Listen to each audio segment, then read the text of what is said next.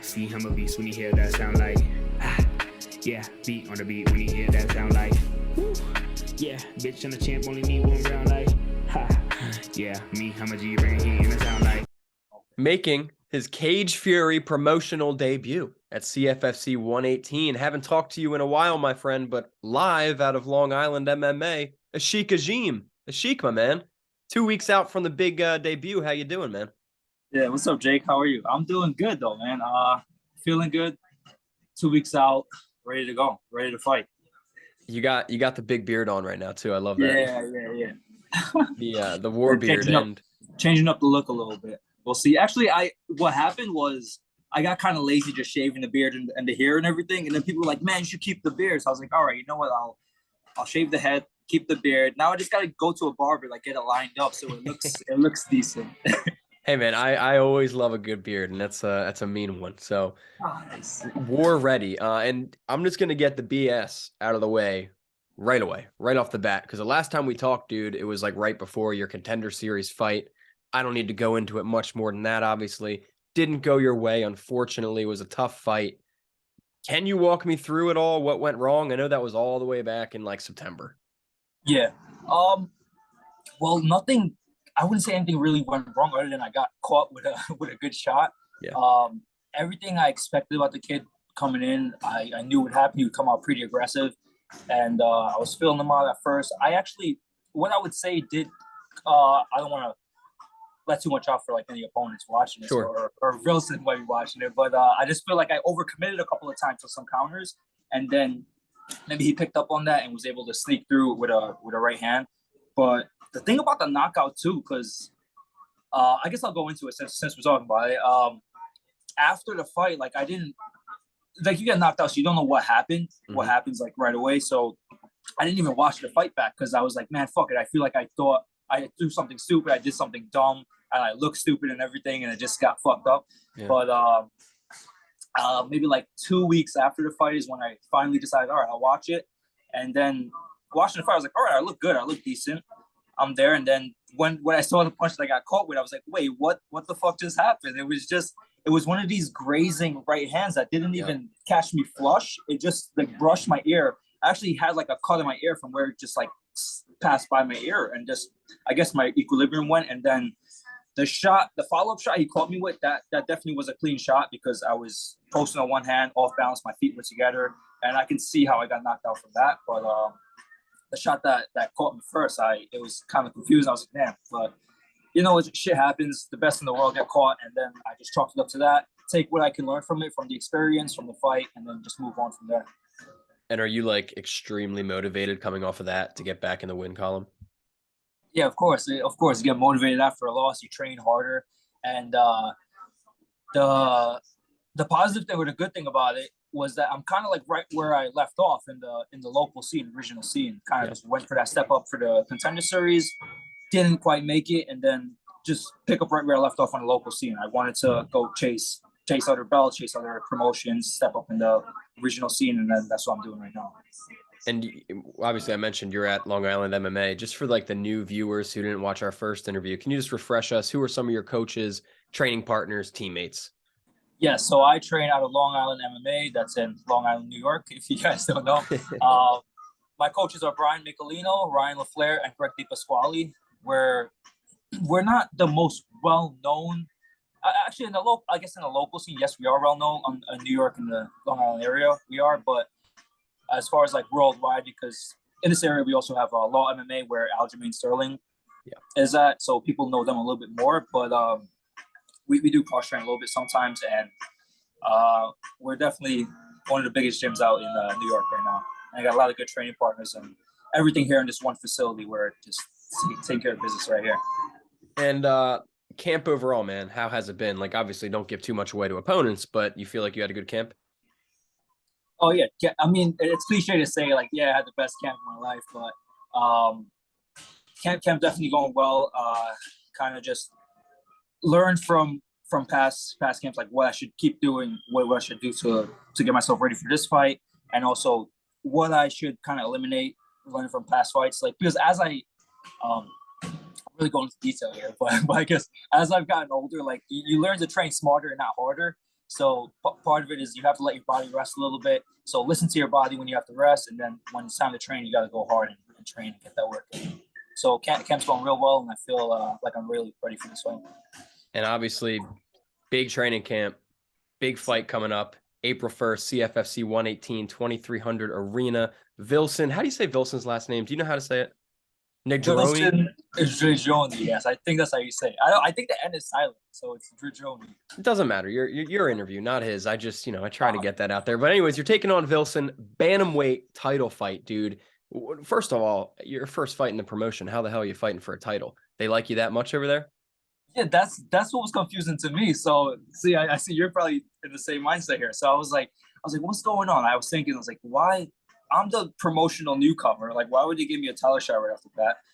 The thing is, Vilson does bring a lot of fucking fans. Like, he brings a lot of people with him. He represents Albania. He gets a lot of those Albanians coming.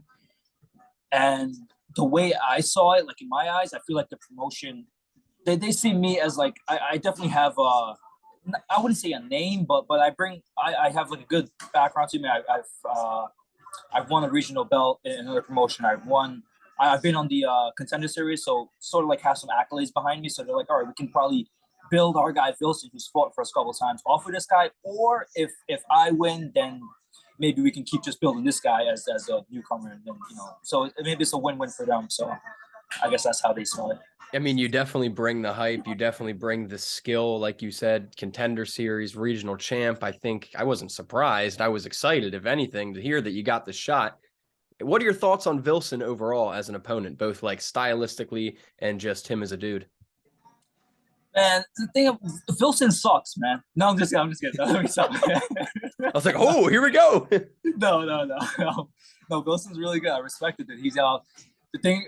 Me and Vilson actually came up on the same amateur circuit. I guess the same promotion. We fought for Triton Fights. It was called Triton Fights at the time. Right now, it's the same promotion called Flex Fights. And they still put on a lot of like really good shows in the area. But he was the featherweight champ while I was the bantamweight champ at the time. I think we were at the same time, we were champions. And at that time too, I was thinking like, man, I would like to fight that guy Vilson. That would be nice. I'll move up, fight him for his belt. Yeah. And one of my teammates, Mike Fitzroy, he actually fought Vilson at 145 for the belt, but he lost to him. And side note, this is for Mike. This fight's for Mike. I'm getting that win back. But he was at 145, and I remember, I think the promoters were saying he was eventually thinking about moving down to 135. It took about years. I mean, finally, like now it's happening. But yeah, we did come up in the same amateur promotion, and as far as the skills go, like Vilson, he's a real good fighter. He's a southpaw wrestler, throws the right hook a lot. Not to go too much in detail about what he does, just keeping it vague. But as you know, maybe from the last interview, I probably mentioned this. I don't know if I did, but I do a lot of like film set. I like to watch a lot of tape of my opponents, so I know like everything I possibly could going into the fight, and just so I don't give too much away. I feel like he's definitely real basic, and all the nice thing about it, all of his fights are like out there. I can see every one of his fights aside from his first amateur fight. But other than that, all of his fights are out there. So I've seen every single fight he's had. And one thing I took away, one of the biggest things, is that he hasn't really added anything new to his arsenal. So it's the same thing he's done since day one. He's just gotten better at doing that. So I just gotta get good at defending that and then working my own game off of that. So there you have it. Yeah, man. I'm glad you're so prepared. I remember you saying you're a meticulous tape watcher, and that's kind of like becoming rarer and rarer these days. Most fighters I talk to are like, I let my coaches watch the tape. But you watch a lot of tape yourself. Like, what advantages does that give you going into a fight opposed to somebody who's never seen you fight? Yeah, I think that gives you a big advantage. First of all, it's almost like you know what they're gonna do before. Let me see, how should I put this in a clearer way? It's like let's say you sparred someone a few times. The first time you spar somebody, it's kind of hard. You're feeling each other out. You're like, oh, I don't know what this guy's gonna do. I gotta kind of feel him out a bit, see where the openings are. So it's almost like when you're watching tape, you're you're watching those sparring sessions back. You're seeing like what you can possibly do. So like next time you go into the future sparring rounds with them, like, all right, I'm ready for this, I'm ready for that, and I'm going to do this against them. So that's how it is going to the fight. You've seen those rounds before. You've seen what he's capable of. You know what to be aware of, and then you just play your own game off of that. And, we're mentioning Cage Fury, first fight with the promotion. You excited to be with that promotion? We got John Morgan, CM Punk, UFC Fight Pass. I'm going to be there in person in Philly. Hell of a night. How do you feel about it? Yeah, I actually feel really good. I actually wanted to fight for CFFC for a bit because they're definitely one of the biggest regional promotions out there. If I were going rankings here, I would put them. So the LFA, I would say they're like the top regional promotion, right below the big ones like Bellator and UFC and one. But I would say LFA is the top, and CFFC is right behind LFA. I would put them there. Maybe I could be wrong about that, but that's just the way I see it. Totally. And I'm glad to make that step up into their promotion. More eyes on it. UFC Fight Pass, of course, and yeah, and he said John Morgan always getting those first questions in, and then CM Punk also on the commentary. And then, have you ever fought or been to 2300 Arena? Yeah, I've been there. So my teammate Tom Pucciano, he's on this card. Yes, he's on this card as well. We're both fighting on the same card, and he's fought there before. I cornered him for a fight before 2 fights ago. I cornered him at the 2300 Arena. The area, I'm not gonna lie, the area is not the greatest area. Yeah, but it's a nice arena inside, and CFFC puts on a good show. So I'm excited for that. So I interviewed your teammate Pooch's opponent, Joe Schick. Did you know Joe Schick is a freaking middle school principal? Yeah. Hilarious, man. Hilarious. Yeah. Like Rich Franklin.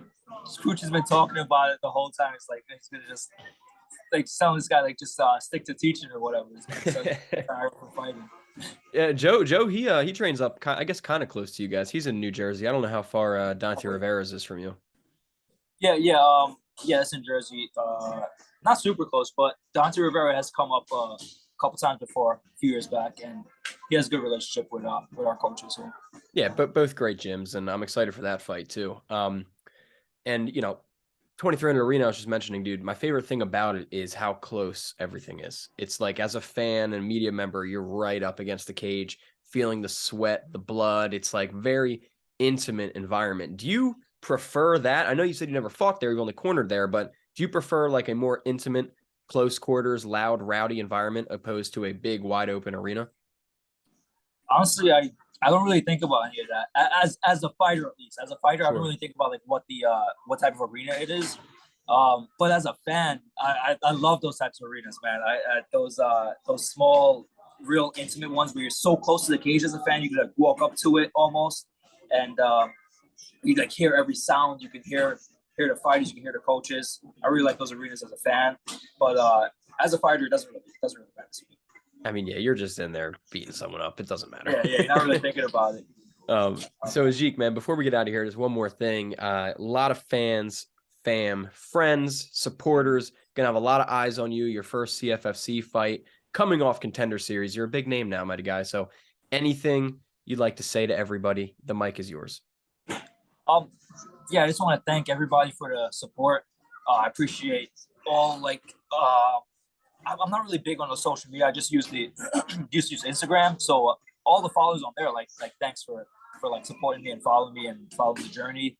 I'm trying to put on a show for this one and trying to keep it rolling too. To get that belt, keep defending it, and then work our way to the top. And again, I just appreciate all the support from my friends, family, coaches, training partners, and everybody involved. Even the people I don't know. Like I love how people reach out to me. Like they'll message. I'll get these random messages sometimes. Like, hey man, like you inspire me to do this. You fight, and I like your fight, like this and that. I'm like, yeah, that's cool. Awesome. That's what I'm in it for, a little bit of that, you know. And I lied because I have one more question for you because I skipped it. You got your mic out of the way early. You just brought it up, kind of. You get the win. You get the belt. What does the rest of your 2023 look like if everything goes as planned? Yeah, that's a good question. I'm just taking it one fight at a time right now. Like I'm not thinking too far into the future. And this is I feel like this is something something I used to do before. Like as an amateur, my mindset was like, keep winning, just keep winning, and then you just become undeniable. Like you don't have to worry about all these things happening. You keep winning, keep winning, keep winning, and then don't want to say anything about it. So that's kind of the mindset I'm going back to, because I feel like for a short time I was thinking, okay, I win this, then this will happen, and that'll happen. I do this, and then that happens. So just kind of thinking about it, living in the moment, kind of doing things as they come, as they apply, taking it one fight at a time, and just keep winning and then be undeniable. That's all. Undeniably, we're done now. I promise. No more questions. Ashiek Ajim, thank you so much for answering and joining me, man. Appreciate it. And ladies and gentlemen, when I say this, I freaking mean it. CFFC 118, the doubleheader 117 and 118, April 31st or March 31st, April 1st. Ashiek Ajim fighting for the Bantamweight title, April 1st. You're not going to want to miss it. This guy's awesome. Go check him out on social media. And Ashiek, thank you so much, man. Appreciate it. Thanks, Jake. April 1st, don't miss it.